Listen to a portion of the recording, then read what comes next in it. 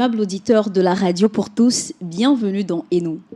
Aujourd'hui, nous levons le voile sur une réalité souvent minimisée mais pourtant lourde de conséquences, les conflits conjugaux et leur impact sur les enfants.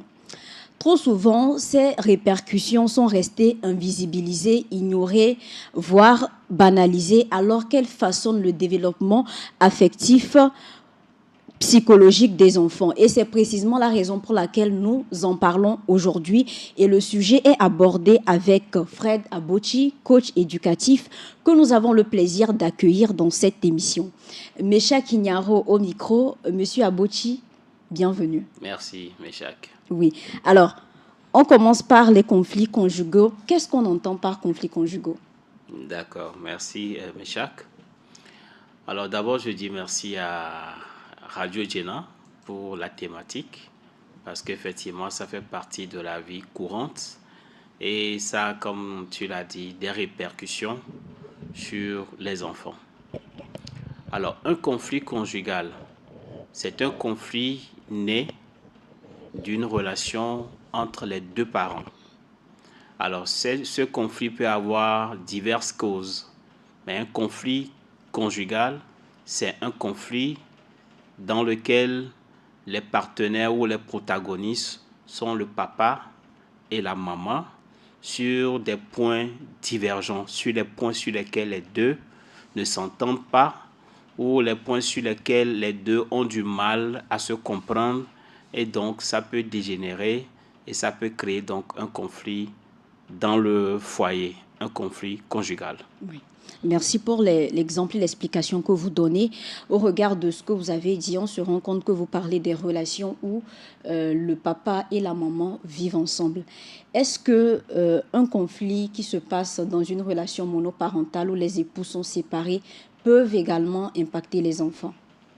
Oui, en ce moment, on va dire qu'ils sont séparés, ils ne sont plus ensemble en tant que couple. Et là encore, il faut voir s'ils se sont juste séparés dans le but de se retrouver après. Dans tous les cas, du moment que c'est un conflit qui est né entre un parent, c'est-à-dire que il y a des enfants dans la relation ou non, mais du moment que c'est entre un époux et son épouse, on va parler d'un conflit conjugal. Très bien. Et généralement, sur quoi portent les conflits entre les conjoints? Il y a beaucoup d'éléments sur lesquels un conflit conjugal va se porter. D'abord, il faut dire que les deux parents ont reçu des éducations différentes qu'ils vont apporter dans le foyer. Et il peut arriver que sur un certain nombre d'éléments, les deux ne s'entendent pas.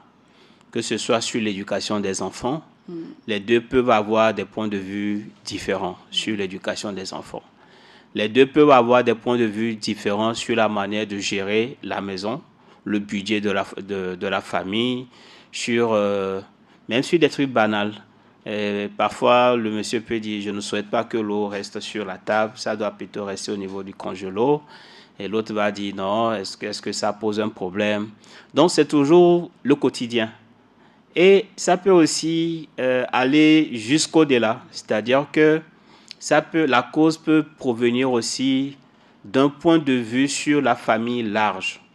Peut-être que c'est peut-être le monsieur qui a un souci avec sa propre famille et la dame essaie de le raisonner sur un certain nombre de choses, mais du moment que ça va créer un problème entre l'homme et la femme au sein du foyer ou en dehors, on va parler d'un conflit conjugal.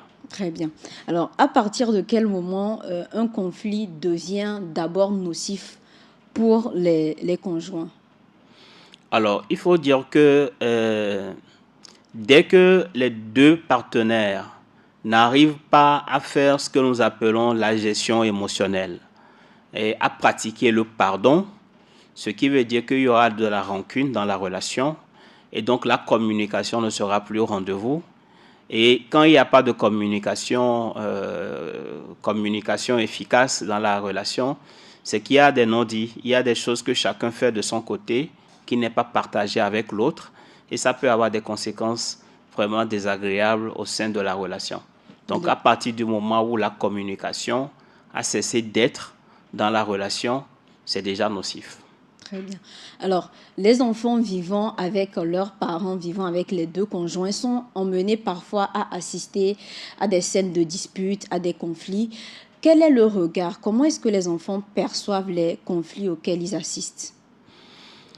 Alors, les enfants, par leur âge, puisque tout dépend de l'âge que les enfants ont.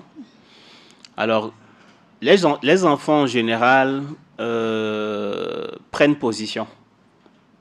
En général, ils prennent position parce que l'enfant peut penser que c'est plutôt sa maman qui a raison ou c'est plutôt son papa qui a raison par rapport à comment lui-même, en tant qu'enfant, appréhende le conflit qui est entre les deux. Il peut prendre position. Et quand il prend position, il peut arriver, ou la plupart du temps, il développe une aigreur ou Un ressentiment. un ressentiment envers l'un des deux pour qui lui pense qu'il n'a pas raison. Oui. Donc il ne va pas tellement accepter l'autre et il sera beaucoup plus en bonne entente avec la personne, le parent qu'il juge ayant raison, par exemple. Et s'ils sont deux ou ils sont trois, si tous n'ont pas la même position, ce qui veut dire qu'il y aura aussi une petite division entre eux-mêmes parce que chacun prenant position pour un ou l'autre des parents. Oui. Généralement, lorsqu'on assiste à ce genre de situation où les enfants prennent position, certains le qualifient de manipulation de l'un des parents. Qu'est-ce que vous en pensez? Ah oui, il peut arriver aussi qu'un parent manipule. Mais il peut arriver que sans manipulation, l'enfant lui-même prenne position.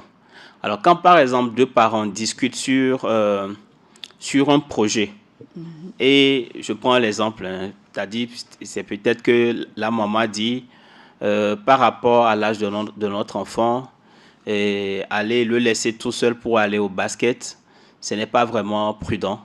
Il serait mieux que ce soit quelqu'un qu'on connaît qui l'amène, ou bien toi, papa, tu l'amènes. Et le papa qui dit, par exemple, non, il a l'âge d'y aller.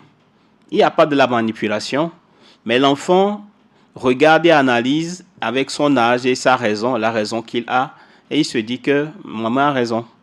Parce que avec mon âge, moi-même, j'ai peur d'être peut-être sur une moto. Je serais beaucoup plus à l'aise si un parent ou quelqu'un m'a mis à mener. Il n'y a pas de la manipulation là-bas. Maintenant, il peut arriver qu'il y ait de la manipulation. L'un des parents peut manipuler, peut-être parce qu'il se sent seul dans la relation et il pense que si l'autre enfant va sur la même position que l'autre parent, il va être seul. Ou bien il souhaiterait que l'enfant continue par l'aimer, l'apprécier, et il va le manipuler. Soit en le prenant en aparté et lui raconter sa version. On dit souvent que quand vous êtes en conflit et que vous voulez aller raconter votre version à quelqu'un, vous aurez toujours raison. Oui. Voilà. Vous allez dire ce qui vous arrange. Exactement.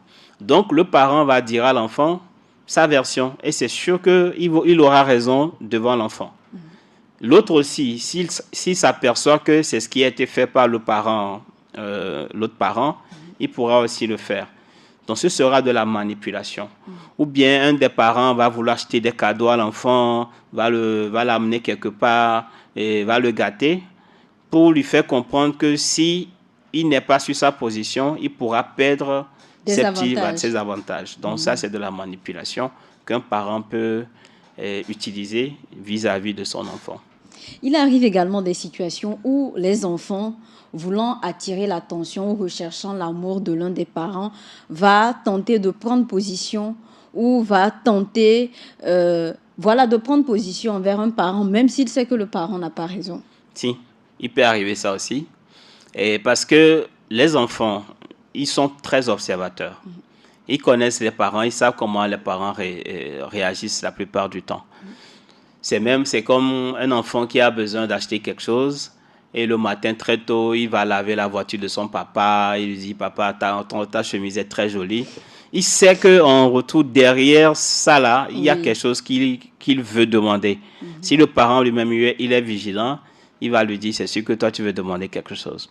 Donc, de la même manière, dans la relation, quand l'enfant sait que le parent qui n'a pas raison, et effectivement, il n'a pas raison, et que lui prenne position contre lui, il peut lui arriver de perdre des avantages et il va rentrer dans ses grâces. Même s'il a tort, il lui montrera qu'il est avec lui. Donc, ça, ce n'est pas le parent qui manipule, mais c'est l'enfant lui-même qui manipule en ce cas. Voilà. Dites-nous, Monsieur Abouchi, que pensez-vous des parents qui demandent frontalement à leur enfant pendant les disputes de choisir leur camp? Je ne pense pas qu'on puisse obliger un enfant à choisir un camp. Je ne suis pas non plus d'accord de manipuler un enfant. Parce que l'idéal serait de discuter ensemble pour que chacun puisse donner sa version devant l'enfant. Pas en dehors, parce que comme on a dit, l'autre n'est pas là pour pouvoir justifier ou développer son argumentaire. Alors, demander à un enfant de prendre position, c'est lui faire mal. Parce que si l'enfant, quelle que soit la personne pour qui l'enfant va prendre position, c'est qu'il prend une position aussi contre quelqu'un dans la relation. Oui. Et conséquence, si l'autre qui ne fait pas une différence entre ce que l'enfant dit et ce que l'enfant dit de façon, comment on dit ça, naturelle, et lui, parent, comme s'il interprétait sa position comme un affront vis-à-vis de lui, c'est qu'il n'y aura pas d'harmonie dans la maison. On ne peut pas obliger un enfant à prendre position dans un conflit entre parents. C'est également l'occasion de conseiller les parents qui le font de ne plus le faire. Oui, un parent ne doit ou ne devrait pas obliger un enfant à prendre position parce que ce faisant, il fait mal à l'enfant, mais en même temps, il montre à l'enfant à mentir. Parce que l'enfant, voulant prendre position, s'il a peur, c'est qu'il va dire quelque chose d'autre. Il peut dire, vous deux, vous avez raison, sachant bien que les deux n'ont pas raison. Ou bien, je ne peux rien dire. Il y a des enfants qui vont dire ça, que je ne veux pas prendre position. Donc, ce n'est pas intéressant de dire à l'enfant de prendre position. Maintenant, si dans la discussion, on demande à l'enfant son avis, l'enfant peut librement donner son avis par rapport à ce que chaque parent dit. Et les parents devraient savoir qu'en donnant la possibilité à l'enfant de s'exprimer, c'est qu'il veut respecter aussi la position de l'enfant. Et ça ne devrait pas avoir des répercussions sur lui. Pas de frustration ultérieure. Pas de frustration ultérieure. On a compris ta position. Bon, même si je ne suis pas d'accord avec ce que tu as dit, mon enfant, parce que je pensais que tu aurais compris, mais peut-être que par rapport à ton âge, c'est ce que tu as compris et je le respecte, sans qu'il y ait des conséquences négatives plus tard. Dites-nous, est-ce qu'il arrive aux enfants de constater, lorsque les parents sont en guerre froide, les conflits silencieux? Si, les enfants remarquent, les enfants sont les premières personnes. On ne peut pas cacher ce genre de choses aux enfants. Parce que l'enfant sait quand l'ambiance elle est bonne. Et l'enfant sait quand l'ambiance ne l'est plus. Oui. Donc quand il y a une guerre froide, comme tu le dis, ce qui veut dire que la communication est réduite. Ou rompue. Ou rompue. Là, si c'est rompu, c'est que l'enfant est forcément au courant. Maintenant, les parents peuvent vouloir cacher cette guerre froide, comme tu le dis, et communiquer à minima. Est-ce que tu iras au boulot aujourd'hui? Oui. Est-ce que ce soir, je peux préparer ceci, si tu veux? Ce n'est pas réellement une communication ouverte. C'est comme une communication fermée. C'est oui ou non, sans trop développer et dialoguer. L'enfant, s'il est éveillé, il est vigilant, il comprend qu'il y a quand même quelque chose qui se passe. Et c'est à partir de quel âge les enfants arrivent à percevoir toutes les tensions, tous les conflits qui minent le foyer? Je ne pense pas qu'il y ait un âge limite pour lequel l'enfant va appréhender s'il y a une tension ou pas. Parce que dans tous les cas, quand il y a une harmonie, quand il y a de la joie, quand la discussion se fait librement, ça se sent. Donc un enfant peut remarquer qu'il y a quelque chose qui se passe parce que son environnement va changer. Un enfant de 5 ans même? Un enfant de 5 ans peut savoir. Même si il lui sera difficile de mettre un mot sur les éléments ou sur, voilà, sur ce qui se passe, il ressent quand même que ce n'est plus la même chose. Parce que, je prends un exemple. Peut-être que le papa arrive, l'enfant de 5 ans n'a pas vu le papa, la maman lui dit, mais ton papa arrive, va l'embrasser, va lui. L'enfant, il sait que c'est comme ça que ça se passe. C'est sûr que quand le conflit sera ouvert, la maman ne lui dira pas ça. Oui. La maman pourra même faire en sorte que l'enfant n'aille pas pour montrer au papa qu'il est seul dans la relation et que c'est plutôt elle qui s'entend mieux avec les Avec enfants. l'enfant, oui. Donc, si ça dépend de la maturité de l'enfant ou de la vigilance de l'enfant, il pourra savoir qu'il y a quelque chose, mais il ne saura pas quoi. Il ne pourra pas savoir peut-être forcément ce qui se passe, mais il sait qu'il y a quand même quelque chose qui a changé. À l'entame de cette émission, vous avez distingué les différents types de conflits qui existent, les causes de ces conflits. Maintenant, dites-nous, selon ces différents types de conflits, à quel moment ils deviennent nocifs pour l'enfant? Alors, ils deviennent nocifs pour l'enfant Oui. et du moment où l'enfant va subir les frais. Alors, je prends un exemple. C'est peut-être le monsieur ou le papa qui donnait à manger, en fait, le petit déjeuner ou je ne sais pas trop. Et puis, à un moment donné, on prend le cas où l'enfant prend position pour la maman. Peut-être que pour que le papa fasse ça, il va dire, bon, on va demander à ta maman, par exemple. Et si la maman ne l'avait pas. Ou bien, on appelle le papa à l'école pour une histoire ou une affaire concernant l'enfant. Le papa n'y va pas. Je dis, mais c'est maman que tu as choisi. Non, elle n'a qu'à te faire ce que tu veux. Ou bien, il y a une décision qui concerne la vie même de l'enfant. L'enfant qui doit recevoir un sacrement à l'église, l'enfant qui doit sortir avec ses copains, l'enfant qui doit étudier à la maison, l'enfant qui doit aller chez une tante, l'enfant qui doit faire ceci et cela. Et le parent ne s'implique pas. Ce qui veut dire que l'enfant a l'impression d'être un peu lâché seul en l'air et ce n'est que l'autre parent qui s'intéresse à lui. L'enfant peut être introverti, c'est-à-dire il peut se dire, souvent les enfants ont l'impression qu'ils sont la cause du problème qu'il y a entre les parents. Donc il peut se sentir aussi coupable. Donc il peut se culpabiliser. Il peut aussi avoir l'impression que si j'étais plutôt avec l'autre parent, ça aurait été mieux. Est-ce qu'on a vraiment besoin de l'autre parent? En ce moment, l'éducation devient monoparentale. Oui. Puisque les affections, pour qu'un enfant puisse être équilibré, il faut l'affection maternelle et il faut aussi l'affection paternelle. C'est les deux. Il y a les normes et il y a l'affection aussi. Donc, s'il n'y a pas les deux, il y a un déséquilibre. En ce moment déjà, je pense que c'est nocif pour l'enfant. Oui, justement, parlons des enfants qui se culpabilisent après les tensions. Il arrive des situations où les parents accusent carrément les enfants d'être à l'origine de leur conflit. Si, ça arrive. Parfois, c'est vrai, hein, c'est pas que c'est faux. C'est vrai. En quel sens c'est vrai? D'accord. Alors, je prends un exemple. Souvent, hein, on parle de, comment on appelle ça,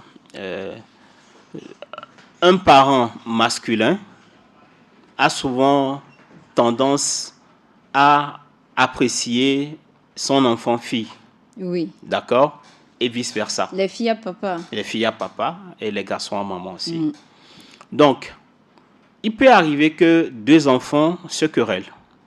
D'accord? Sur un sujet. Mais il y a déjà une prise de position avant même d'écouter ce qui se passe entre les deux enfants. Peut-être que maman, elle apprécie beaucoup le garçon et elle se dit que s'il y a conflit entre les deux, c'est sûr que c'est la fille qui n'a pas raison. Le papa aussi peut se dire que, connaissant ma fille, elle ne peut pas volontairement aller embêter son petit frère ou son grand frère. Donc, indirectement, il y a une position qui est déjà prise. Et maintenant, quand ça va dégénérer, c'est sûr que les parents vont intervenir. Et en intervenant, on donnera raison à l'un des enfants. À celui qu'on préfère. Exactement. Donc le papa donnant raison à sa fille, la maman donnant raison à son garçon, le conflit devient entre papa et maman. En ce moment, on n'accuse pas forcément les enfants, hein, mais c'est que le problème est survenu par leur intermédiaire. C'est à cause d'eux, on va dire, c'est grâce à eux.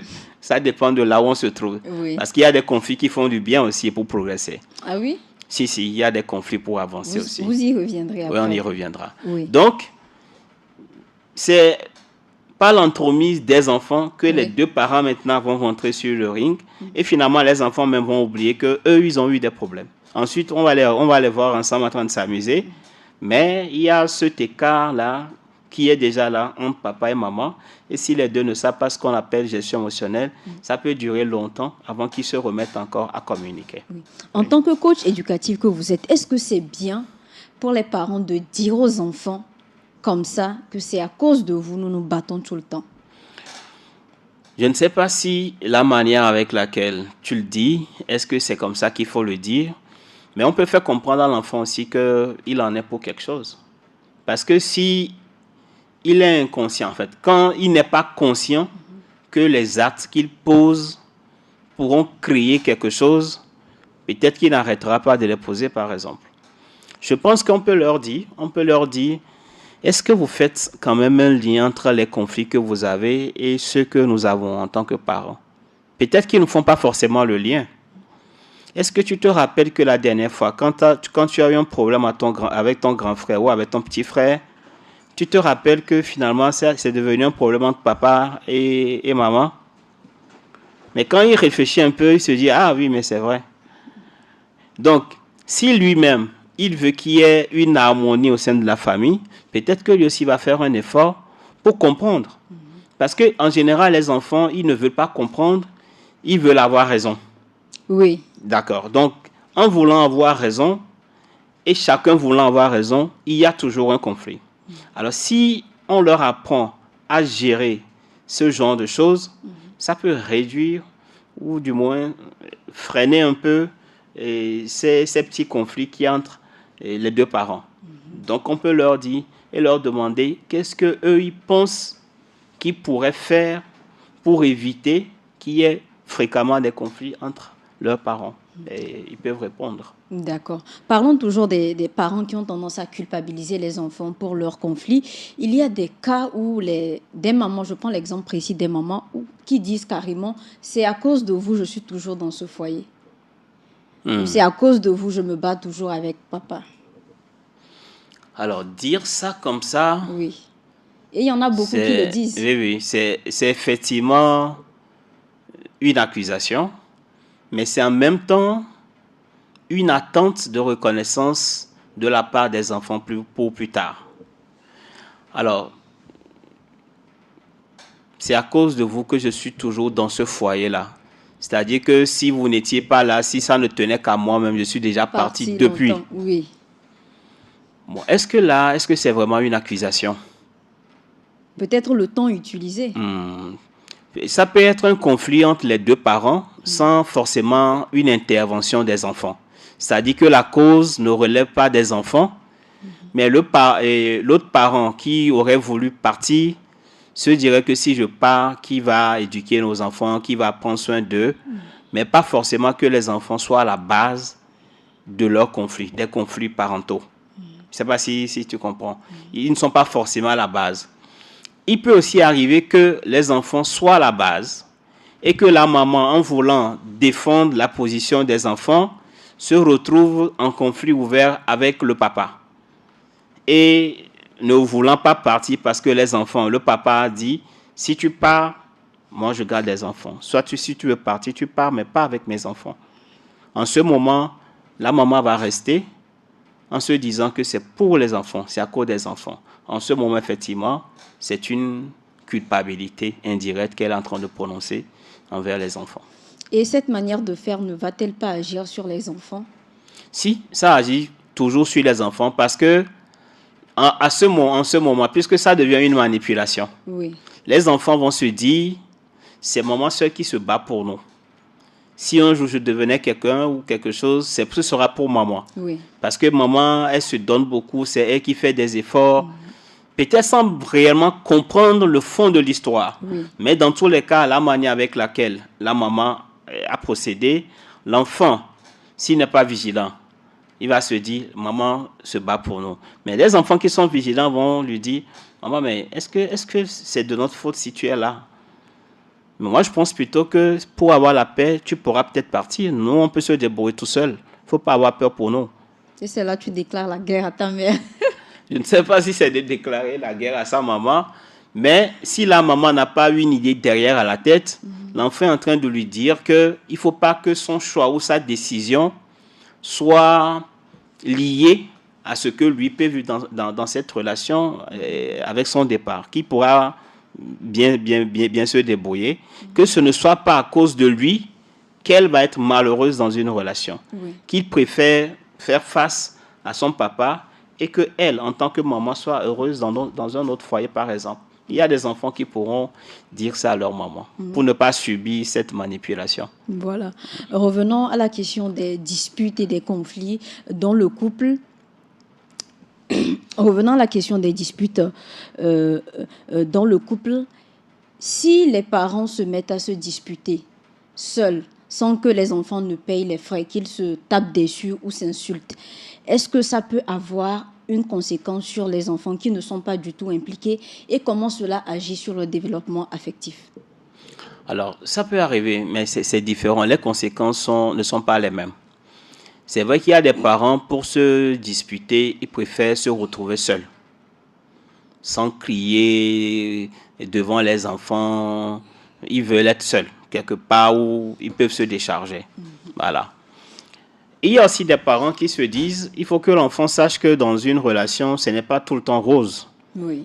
Il peut arriver des moments parce que si l'enfant grandit un jour et il se dit que mes parents ne se sont jamais disputés alors que c'est faux, il va avoir peut-être une autre idée d'une relation conjugale ou d'une relation amoureuse. Avoir une vision idéalisée de l'amour. Idéalisée, voilà.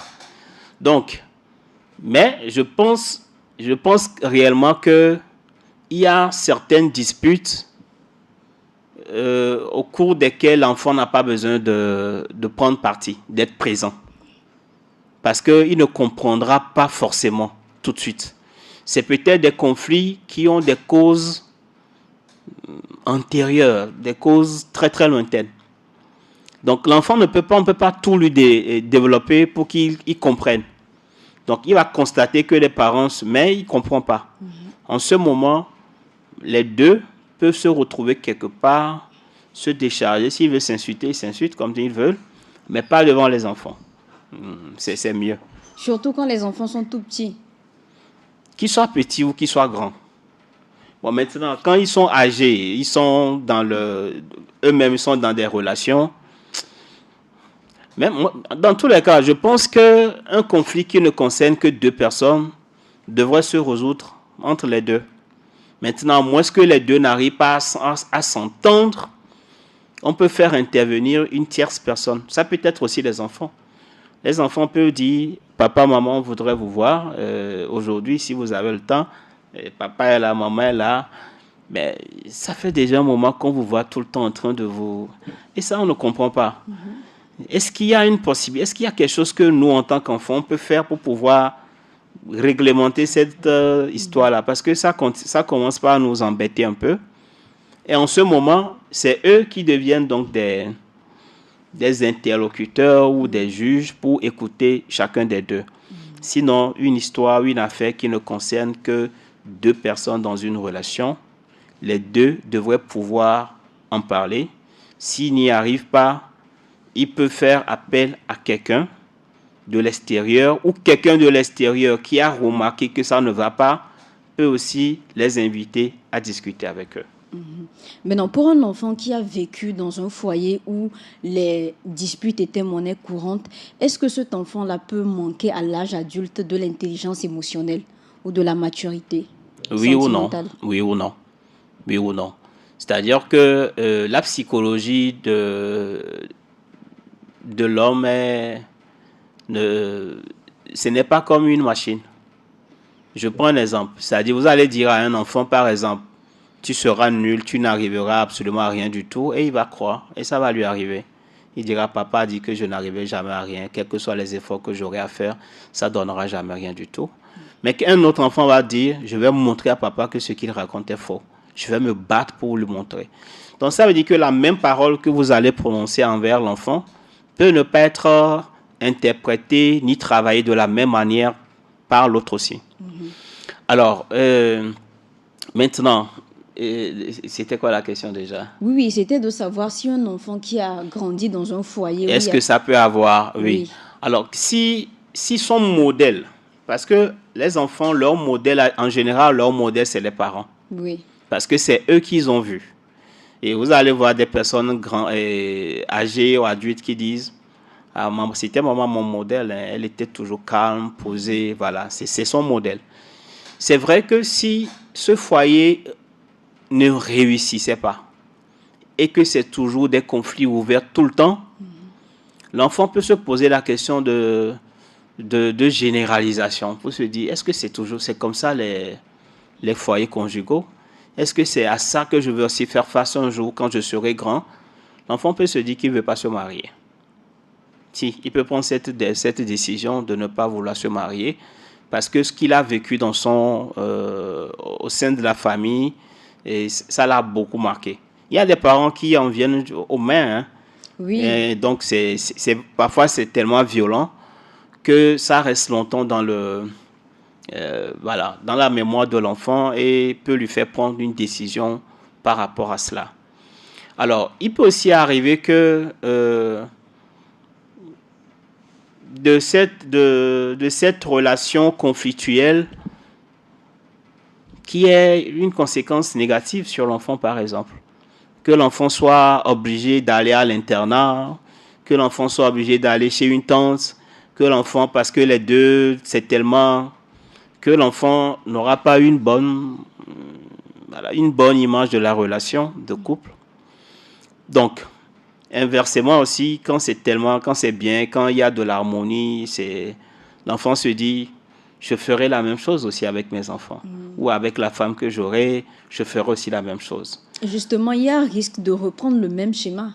Si, il y a toujours risque de reproduire les mêmes schémas mentaux, de la même manière que quelqu'un qui aurait vécu dans un foyer conflictuel en permanence et qui se dira qu'il voudra ne plus reproduire les mêmes schémas mentaux, qui pourra se dire, tiens, j'ai vécu dans une famille où il n'y a jamais eu de paix, il n'y a jamais eu de l'entente entre papa et maman, mais je ne voudrais pas que mon expérience soit de la même manière. Je veux créer un foyer, une relation dans laquelle moi et mon épouse, moi et mon époux, on soit heureux et qu'on puisse inculquer des bonnes valeurs à nos enfants. Je veux travailler à cela.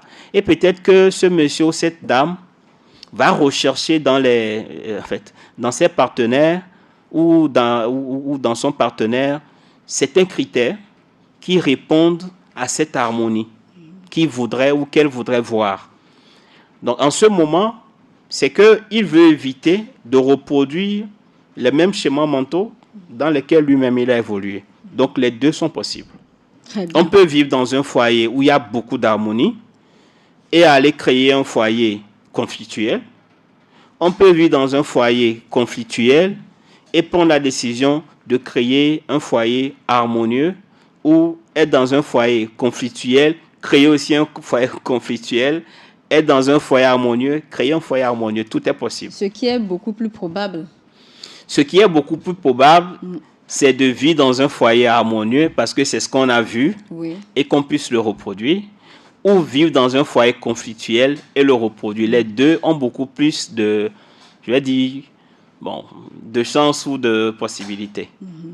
Maintenant, pour ce genre d'enfants qui ont grandi dans des foyers conflictuels, parfois chaotiques, qu'est-ce qu'il faut faire pour les soigner du traumatisme qu'ils subissent? C'est un peu complexe. C'est complexe parce que un enfant qui a vécu ça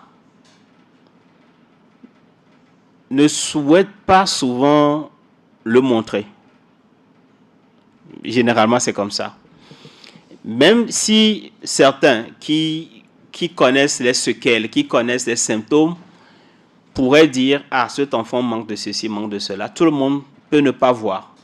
On peut constater que l'enfant a quand même des soucis relationnels, mais dire exactement d'où ça vient, ce n'est pas évident. Ce qui veut dire qu'il faut discuter avec cet enfant. Il faut pratiquer une écoute active avec l'enfant pour qu'il puisse raconter son histoire, son expérience dans ce foyer-là, comment ça l'a marqué. Et c'est à partir de ce moment qu'on pourra travailler avec lui pour lui dire que ce n'est pas parce que tu as vécu dans un foyer conflictuel que forcément, automatiquement, tu vas créer ça. Parce que certains enfants se disent, si c'est arrivé à papa et à maman, c'est que ça va aussi m'arriver. Ce n'est pas évident. Donc, il faut travailler avec cet enfant pour qu'il... Nous appelons ça une reprogrammation mentale. Pour qu'il ne reste pas dans ce truc-là pour se dire, ça va être comme ça. Mais il doit se reprogrammer pour se dire, il y a beaucoup de possibilités.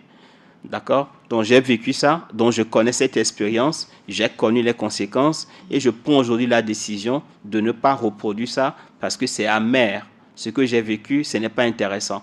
Donc, je ne veux plus reproduire ça. Et donc, ça va dépendre de lui-même de vouloir travailler pour créer un autre foyer harmonieux. Oui, et cette thérapie peut prendre combien de temps environ? Tout dépend de l'enfant. Je ne suis pas thérapeute, je ne suis pas psychologue, je ne suis pas un docteur. Mais ce que je sais, c'est que, comme j'ai dit tout à l'heure, nous ne sommes pas une machine ni un robot. Et pour chacun, ça prendra le temps qu'il faudra. Parce que parfois, il y a des mélanges. L'enfant a vécu ça, mais l'enfant, entre-temps, aussi été rabaissé, humilié, tout ça là. Ça va créer autre chose. Oui. Voilà. Donc, il y a beaucoup de frustration. L'enfant il se met dans sa zone de confort parce qu'il n'a pas vécu dans une atmosphère où il y a de l'amour, où il peut s'exprimer librement. Il a peur d'être jugé. Et à ça ajoute toutes ces violences conjugales dans laquelle il a baigné. Ça peut prendre le temps qu'il faudra. Mais dire que ça va prendre 2 mois, 6 mois, ce n'est pas évident. Tout dépendra de comment ça l'a marqué et l'intensité avec laquelle il vit cette blessure-là. Maintenant, parlons des parents. Qu'est-ce que ces derniers peuvent faire pour limiter les effets négatifs de leurs disputes sur les enfants? Je pense que beaucoup de parents ne se connaissent pas. Ou du moins, le partenaire que nous avons choisi au départ n'est pas, du moins c'est la même personne, mais ne réagit pas toujours de la même manière qu'au début. Au début, je pense que c'est toujours heureux, c'est toujours gai. Oui, voilà. oui. Il y a toujours des étoiles dans le ciel, même s'il n'y en a pas, on en voit toujours. Et puis, c'est quand on est face à l'autre dans un couple, dans un foyer maintenant, qu'on voit qu'en réalité, ce n'est pas la personne que nous avions connue quand chacun était dans sa maison. En réalité, c'est par rapport à l'éducation que chacun a reçue. Maintenant, si les parents sont conscients que leur façon de faire a des répercussions négatives sur eux-mêmes d'abord et sur les enfants, je pense que les deux doivent prendre la décision de travailler sur ça. Pas une seule personne d'entre les deux. Si c'est l'un des parents qui prend la décision et que l'autre ne prend pas la décision, ça ne changera pas grand-chose. Ça pourra changer quelque chose pour le parent qui a pris la décision, soit de vouloir ignorer, soit de vouloir banaliser. Et lui, il va peut-être vivre dans sa boule. Mais c'est que ce n'est pas pour les deux. Il faut que les deux prennent la décision pour se dire, nous avons fait assez. Nous sommes en train de pourrir la vie de nos enfants, comme ça, alors qu'ils sont des innocents.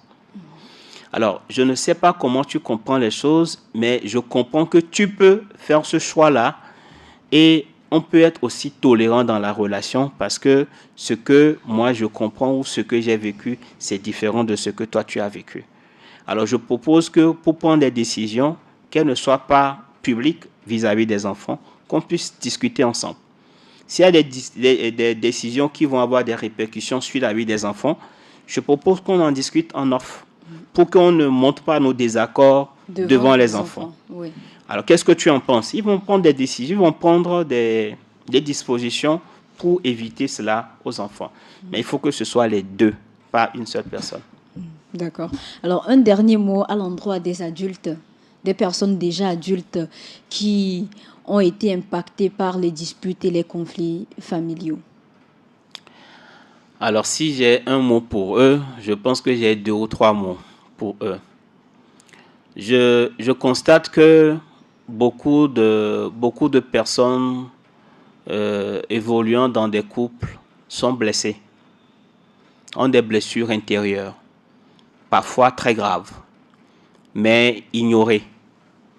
Et quand l'autre fait quelque chose qui rappelle la blessure, et la personne qui souffre peut faire un transfert de culpabilisation. Oui. Donc, il lui transfère comme si c'est lui qui était la cause de son problème.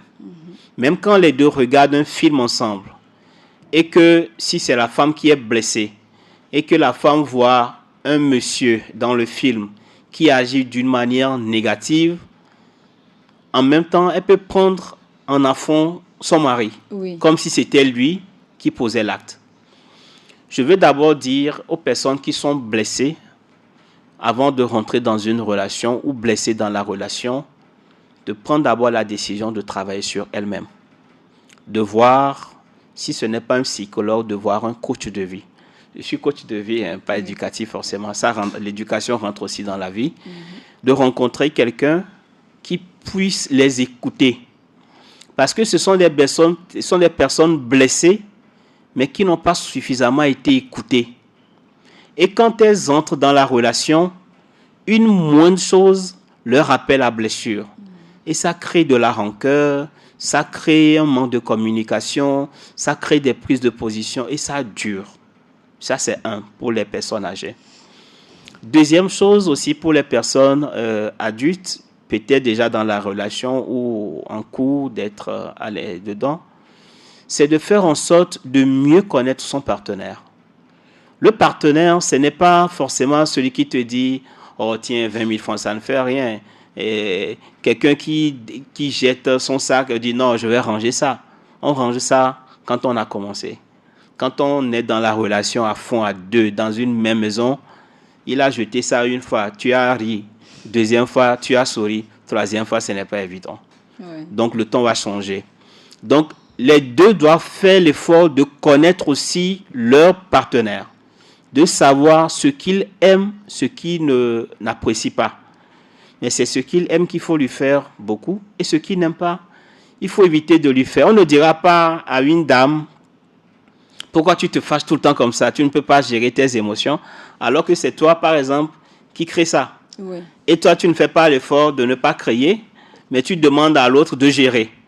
De dire, mais je t'ai mal parlé, mais tu aurais pu quand même me parler bien. Mais comment est-ce que toi qui donnes le conseil à l'autre de te parler bien, tu ne fais pas l'effort de bien lui parler.